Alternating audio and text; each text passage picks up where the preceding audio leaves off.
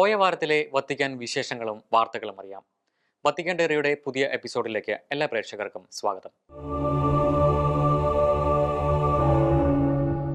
ഒരു കൂടിക്കാഴ്ചയുടെ വിശേഷങ്ങൾ തന്നെയാവട്ടെ ആദ്യം. സ്പെയിൻ രാജാവ് ഫെലിപ്പെ ആറാമനുമായും പോയ വാരത്തിൽ ലയോ മാർപ്പാപ്പ കൂടിക്കാഴ്ച നടത്തി. രാജ്ഞി ലെത്തീൽസയും ഒപ്പമുണ്ടായിരുന്നു. റോമിലെ മേരി മേജർ ബസിലിക്കയുടെ പ്രോട്ടോ കാനൻ പദവി ഫെലിപ്പെ രാജാവ് ഏറ്റെടുക്കുന്നതുമായി ബന്ധപ്പെട്ടായിരുന്നു കൂടിക്കാഴ്ച നടന്നത്. വത്തിക്കാനിലെ 4 മേജർ ബസിലിക്കകളിലൊന്നും പരിശുദ്ധ അമ്മയുടെ നാമധേയത്തിലുള്ള ഏറ്റവും വലിയ ദേവാലയങ്ങളിലൊന്നുമാണ് മേരി മേജർ ബസിലിക്ക. ഈ ബസിലിക്കയുടെ പ്രോട്ടോ കാനൻ പദവിയാണ് സ്പെയിൻ രാജാവിന് നൽകിയിരിക്കുന്നത്. കത്തോലിക്ക മതവിശ്വാസം പുലർത്തുന്ന രാജ്യമാണ് സ്പെയിൻ.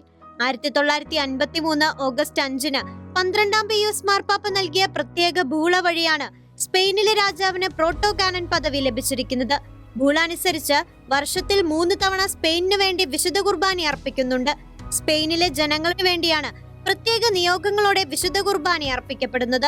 മാതാവിനെ സ്വർഗാരോപണ തിരുനാൾ, അമലോത്ഭവ തിരുനാൾ, സ്പെയിൻ രാജാവായിരുന്ന വിശുദ്ധ ഫെർഡിനാൻഡിന്റെ തിരുനാൾ ദിനം എന്നീ ദിവസങ്ങളിലാണ് പ്രത്യേക കുർബാനകൾ സ്പെയിനു വേണ്ടി അർപ്പിക്കുന്നത്. മേരി മേജർ ബസിലിക്കയുടെ ആർച്ച് പ്രീസ്റ്റ് കർദിനാൾ മസ്ക്രിസ്കാസിന്റെ സാന്നിധ്യത്തിൽ മാർച്ച് 20-ാം തീയതിയായിരുന്നു പ്രോട്ടോ കാനൻ പദവി ഏറ്റെടുക്കൽ ചടങ്ങ് നടന്നത്.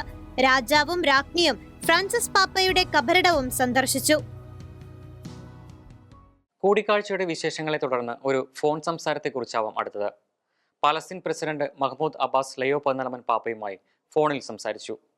മധ്യപൂർവ്വ ദേശത്തിലെ സംഘർഷങ്ങളുടെ പശ്ചാത്തലത്തിലായിരുന്നു ഫോൺ സംസാരം.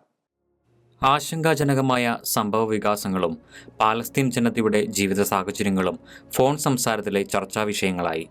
2025 നവംബർ 6-ന് മഹ്മൂദ് അബ്ബാസ് വത്തിക്കാനിലെത്തി ലയോ 14 പാപ്പയെ കണ്ടിരുന്നു. ഗാസ പ്രശ്നങ്ങളും യുദ്ധങ്ങളും സംഘർഷങ്ങളും അന്നും ചർച്ചാ വിഷയമായിരുന്നു. 2015 ജൂൺ 26-ലാണ് പരിശുദ്ധ സിംഹാസനം ഔദ്യോഗികമായി പാലസ്തീനെ അംഗീകരിച്ചത്. പാലസ്തീന്റെ സ്വയം നിർണയാവകാശം, ദ്വിരാഷ്ട്ര പോം വഴി യഹൂദർക്കും ക്രൈസ്തവർക്കും ഇസ്ലാം മതസ്ഥർക്കുമായി ജെറുസലേമുമായി ബന്ധപ്പെട്ട ആത്മീയ പ്രാധാന്യം എന്നിവയെല്ലാം ഈ കരാറിൽ വത്തിക്കാൻ എടുത്തു പറയുന്നുണ്ട്. വത്തിക്കാനിൽ നിന്ന് അമേരിക്കയിലേക്ക് അയച്ച പുതിയ പേപ്പൽ പ്രതിനിധിയെയും അദ്ദേഹത്തിന്റെ പ്രത്യേക ദൗത്യത്തെയും കുറിച്ചുള്ള ചില വിവരങ്ങൾ പങ്കുവയ്ക്കാം. യുഎസിലേക്കുള്ള കുടിയേറ്റം, മിഡിൽ ഈസ്റ്റിലെ യുദ്ധം എന്നിങ്ങനെയുള്ള വിഷയങ്ങളിൽ വത്തിക്കാനും വൈറ്റ് ഹൗസും തമ്മിലുള്ള പിരിമുറുക്കം വർദ്ധിച്ചിരിക്കുന്ന അവസരത്തിലാണ് ആർച്ച് ബിഷപ്പ് ഗബ്രിയേൽ കാസിയായെ വത്തിക്കാൻ അമേരിക്കയിലേക്ക് അയച്ചിരിക്കുന്നത്. സംഘർഷത്തിന്റെ സമയത്ത് പാലം പണിയുന്ന ആളെയാണ് വത്തിക്കാൻ അമേരിക്കയിലേക്ക് അയച്ചിരിക്കുന്നത് എന്നാണ് പൊതുനിഗമനം. ആർച്ച് ബിഷപ്പ് ഗബ്രിയേലെ കാസിയയുടെ നയതന്ത്രജ്ഞത ഭൂമിശാസ്ത്ര രാഷ്ട്രീയ മേഖലകളിൽ ഇതിനകം വെളിവാക്കപ്പെട്ടിട്ടുമുണ്ട്.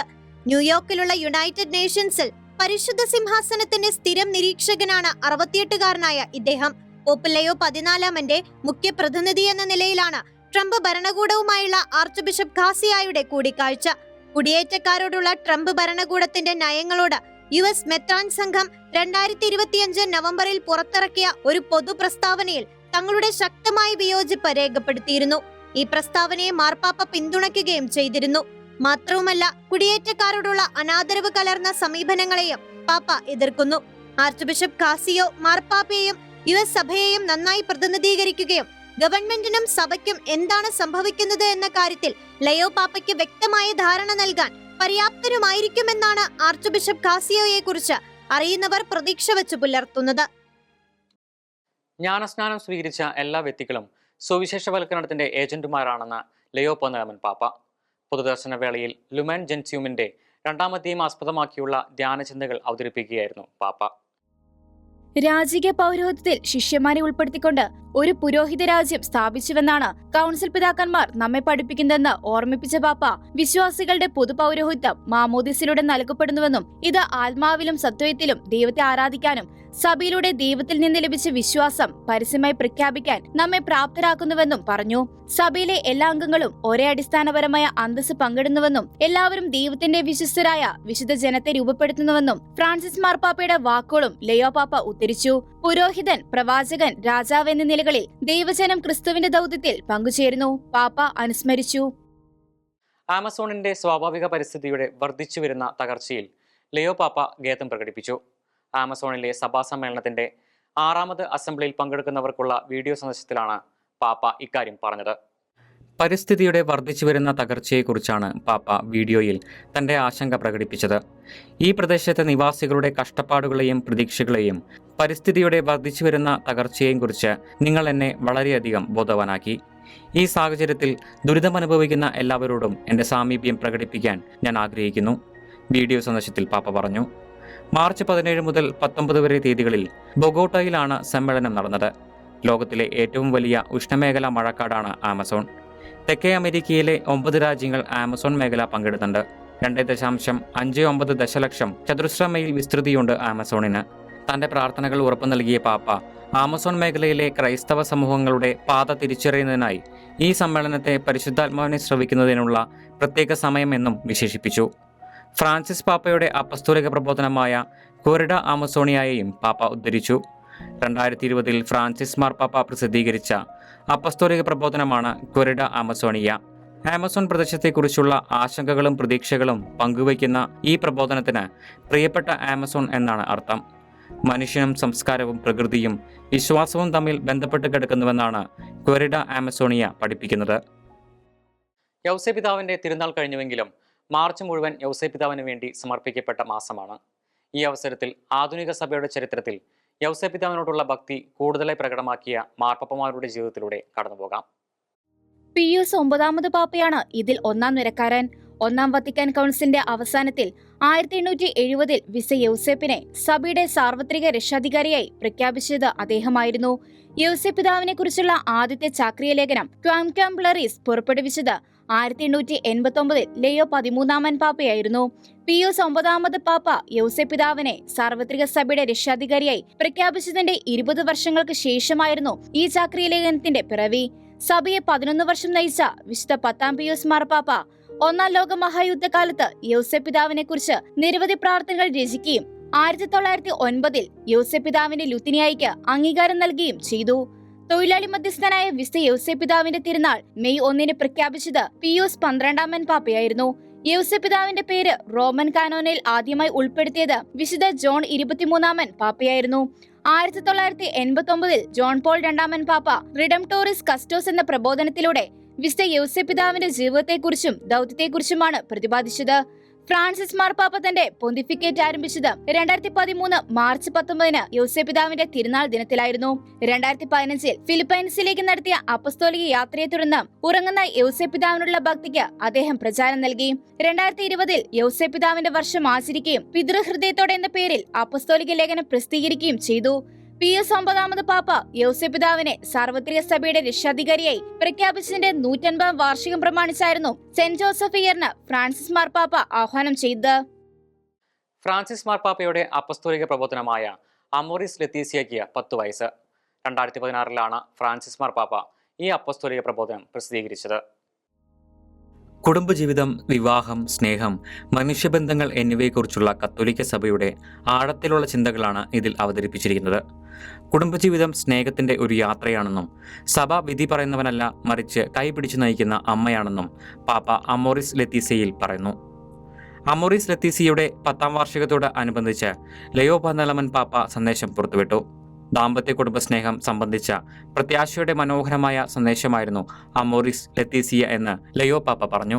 കുടുംബങ്ങളെ സ്വാധീനിക്കുന്ന മാറ്റങ്ങളും സാഹചര്യങ്ങളും കണക്കിലെടുത്ത് ഇന്നത്തെ കുടുംബങ്ങളോട് എപ്രകാരമാണ് അമോറിസ് ലെത്തീസിയയുടെയും പ്രാദേശിക സഭകളിൽ നടക്കുന്ന മാറ്റങ്ങളുടെയും പശ്ചാത്തലത്തിൽ സുവിശേഷം പ്രഘോഷിക്കേണ്ടതിനെക്കുറിച്ചുള്ള ആശയങ്ങൾ പങ്കുവയ്ക്കുന്നതിനായി 2026 ഒക്ടോബറിൽ ലോകമെങ്ങുമുള്ള മെത്രാൻ സമിതിയുടെ തലവന്മാരെ പാപ്പ വിളിച്ചു ചേർക്കുന്നുണ്ട്. യുവജനങ്ങൾ, ദമ്പതികൾ, കുടുംബങ്ങൾ എന്നിവരുടെ സേവനത്തോടുള്ള സഭയുടെ പ്രബോധനപരവും അജപാലനപരവുമായ പ്രതിബദ്ധതയെ ശക്തിപ്പെടുത്തുന്ന 2 അപ്പസ്തോലിക പ്രബോധനങ്ങളാണ് വിശുദ്ധ ജോൺ പോൾ 2 പാപ്പയുടെ ഫാമിലിയാരിസ് കൺസോഷ്യോയും ഫ്രാൻസിസ് മാർപ്പാപ്പയുടെ അമോറിസ് ലെത്തീസിയയും. ആരോഗ്യം ചുരുക്കം ചിലർക്കുള്ള ആഡംബരമല്ലെന്നും അത് സാമൂഹിക സമാധാനത്തിന് അനിവാര്യമായ വ്യവസ്ഥയാണെന്നും ധാർമ്മിക അനിവാര്യതയാണെന്നും ലെയോ 13 പാപ്പ. യൂറോപ്യൻ മെത്രാൻ സമിതിയും ഇറ്റാലിയൻ മെത്രാൻ സമിതിയും ലോകാരോഗ്യ സംഘടനയുടെ യൂറോപ്യൻ ഘടകവും ചേർന്ന് സംഘടിപ്പിച്ച ഇന്ന് എൻ്റെ അയൽക്കാരൻ ആരാണ് എന്ന വിഷയത്തിൽ നടന്ന സമ്മേളനത്തിൽ പങ്കെടുത്ത സന്ദേശം നൽകുകയായിരുന്നു പാപ്പ. കഷ്ടപ്പെടുന്നവരിലേക്കും ഒറ്റപ്പെട്ടവരിലേക്കും പാർശ്വവൽക്കരിക്കപ്പെടുന്നവരിലേക്കും തങ്ങളുടെ ദൃഷ്ടികൾ ഉറപ്പിക്കാൻ വിളിക്കപ്പെട്ടിരിക്കുന്നവരാണ് ക്രൈസ്തവർ. മനുഷ്യന്റെയും സാർവത്രിക സാഹോദര്യത്തിന്റെയും ഉന്നമനത്തിനുള്ള സേവനത്തിൽ സഭയ്ക്കുള്ള കടമയെക്കുറിച്ചും പാപ്പ പറഞ്ഞു. ഏപ്രിൽ 13 മുതൽ 23 വരെ ലയോ 14 പാപ്പ നടത്താൻ പോകുന്ന ആഫ്രിക്കൻ അപ്പസ്തോലിക യാത്രയുടെ ലോഗോയും ആപ്തവാക്യങ്ങളും വത്തിക്കാൻ ഔദ്യോഗികമായി പ്രസിദ്ധീകരിച്ചു. അൾജീരിയ, കാമറൂൺ, അങ്കോള, ഇക്വറ്റോറിയ, ഗിനിയ എന്നീ രാജ്യങ്ങളിലേക്കാണ് ലയോ പാപ്പയുടെ അപ്പസ്തോലിക പര്യടനം നടക്കുന്നത്. നിങ്ങൾക്ക് സമാധാനമുണ്ടാകട്ടെ എന്ന ആപ്തവാക്യത്തോടെയുള്ള അൾജീരിയയുടെ ലോഗോയിൽ പ്രാവുകളും അൾജീരിയയുടെ ഭൂപടവും കുരിശും ആലേഖനം ചെയ്തിട്ടുണ്ട്. അറബ്, അമാസി, ഫ്രഞ്ച് ഭാഷകളിൽ ആപ്തവാക്യം രേഖപ്പെടുത്തിയിട്ടുണ്ട്. തുറന്ന ബൈബിളാണ് കാമറൂൺ യാത്രയുടെ ലോഗോയുടെ പ്രത്യേകത. എല്ലാവരും ഒന്നായിരിക്കട്ടെ എന്നതാണ് ആപ്തവാക്യം. പ്രതീക്ഷയുടെയും അനുരഞ്ജനത്തിന്റെയും സമാധാനത്തിന്റെയും തീർത്ഥാടകനായ ലയോ 14 പാപ്പ എന്ന ആപ്തവാക്യത്തോടു കൂടിയ അങ്കോളയുടെ ലോഗോയിൽ രാജ്യത്തിലെ രക്തച്ചൊരിച്ചിലിനെ ഓർമ്മിപ്പിക്കുന്ന അടയാളങ്ങളുമുണ്ട്. ഉയർത്തെഴുന്നേറ്റ ക്രിസ്തുവിന്റെയും ക്രിസ്തീയ വിശ്വാസത്തിന്റെയും പ്രതീകമായ സ്വർണ്ണ കുരിശോടു കൂടിയതാണ് ഇക്വറ്റോറിയൽ ഗിനിയയുടെ ലോഗോ. ക്രിസ്തു ഇക്വറ്റോറിയൽ ഗിനിയയുടെ വെളിച്ചം പ്രത്യാശയുടെ ഭാവിയിലേക്ക് എന്നതാണ് ആപ്തവാക്യം. ഇത്തവണത്തെ ആദ്ലിമിന സന്ദർശനത്തിൽ നൈജീരിയയിലെ മെത്രാൻമാർ ലയോ 14 പാപ്പയുമായി പങ്കുവച്ചത് നെഞ്ചുപൊടിയുന്ന വാർത്തകളായിരുന്നു. നൈജീരിയയിലെ ക്രൈസ്തവർ കടന്നുപോയിക്കൊണ്ടിരിക്കുന്ന ദയനീയ സ്ഥിതിയെക്കുറിച്ചായിരുന്നു മെത്രാൻമാർക്ക് അധികവും പങ്കുവയ്ക്കാനുണ്ടായിരുന്നത്. കൂട്ടത്തോടെയുള്ള തട്ടിക്കൊണ്ടുപോകലുകൾ, ഗ്രാമങ്ങളുടെ നേരെ നടക്കുന്ന ആക്രമണം, കൊലപാതകം തുടങ്ങിയ കാര്യങ്ങളാണ് മെത്രാൻമാർ പാപ്പയെ അറിയിച്ചത്. നിരവധി ക്രൈസ്തവർ വിശ്വാസത്തിന്റെ പേരിൽ മരിച്ചു വീഴുന്നതായി മെത്രാൻമാർ അറിയിച്ചു. ഭരണകൂടത്തിന്റെ കഴിവില്ലായ്മയും ഫുലാനികൾ പോലെയുള്ള തീവ്രവാദി ഗ്രൂപ്പുകളുടെ ഉദയവും ക്രൈസ്തവരുടെ ജീവിതം ദുരിതമയമാക്കുന്നു. ലോകത്ത് നടക്കുന്ന ക്രൈസ്തവ കൊലപാതകങ്ങളുടെ 72% നൈജീരിയയിലാണ് നടക്കുന്നത് എന്ന ഓപ്പൺ ഡോഴ്സിന്റെ ഏറ്റവും പുതിയ കണക്കുകൾ ഇക്കാര്യം അടിവരയിടുന്നു. മാർച്ച് 6 മുതൽ 14 വരെയുള്ള ദിവസങ്ങളിലായിരുന്നു നൈജീരിയയിലെ 70ഓളം മെത്രാൻമാർ മാർപ്പാപ്പയെ സന്ദർശിച്ചത്. മനുഷ്യജീവന് ഇത്രത്തോളം വിലയില്ലാത്ത മറ്റൊരു രാജ്യമില്ല. ആദ്ലിമിന സന്ദർശനത്തിന് ശേഷം നൈജീരിയയിലെ മെത്രാൻമാർ മാധ്യമങ്ങളോട് പങ്കുവച്ച ഇക്കാര്യം നൈജീരിയയിലെ മനുഷ്യർ കടന്നുപോകുന്ന ദുരവസ്ഥയുടെ ഏറ്റവും ചുരുങ്ങിയ രൂപമാണ്. ലോകമെമ്പാടുമുള്ള കത്തോലിക്ക മെത്രാൻമാർ 5 വർഷത്തിലൊരിക്കൽ മാർപ്പാപ്പമാരെ സന്ദർശിക്കുന്നതിനാണ് ആദ്ലിമിന എന്ന് പറയുന്നത്. രൂപതയുടെ നിലവിലെ അവസ്ഥയെക്കുറിച്ച് പറയുകയും പാപ്പയിൽ നിന്ന് ആത്മീയ ഉപദേശങ്ങൾ സ്വീകരിക്കുകയും ചെയ്യുന്ന അവസരമാണ് ഇത്. അപ്പസ്തോലന്മാരുടെ തറവാടുകളിലേക്ക് നടത്തുന്ന സന്ദർശനം എന്നാണ് ആദ്ലിമിനയുടെ അർത്ഥം. അപ്പസ്തോലന്മാരുടെ, പ്രത്യേകിച്ച് സെന്റ് പീറ്റർ, സെന്റ് പോൾ എന്നിവരുടെ കല്ലറകൾ സന്ദർശിക്കുകയും റോമിലെ വിവിധ ദിക്കാസ്ട്രികളുടെ തലവന്മാരുമായി കൂടിക്കാഴ്ച നടത്തുകയും ചെയ്യാനുള്ള അവസരം കൂടിയാണ് ആദ്ലിമിന. സാർവത്രിക സഭയും പ്രാദേശിക സഭകളും തമ്മിലുള്ള ബന്ധം ശക്തമാക്കുന്നതിനും ഇത്തരം സന്ദർശനങ്ങൾ ഏറെ ഉപകരിക്കുന്നു. വെറോനിക്കയുടെ തൂവാലയുടെ പ്രദർശനം വത്തിക്കാനിൽ നടന്നു. സെന്റ് പീറ്റേഴ്സ് ബസിലിക്കയിൽ മാർച്ച് 22-നായിരുന്നു പ്രദർശനം.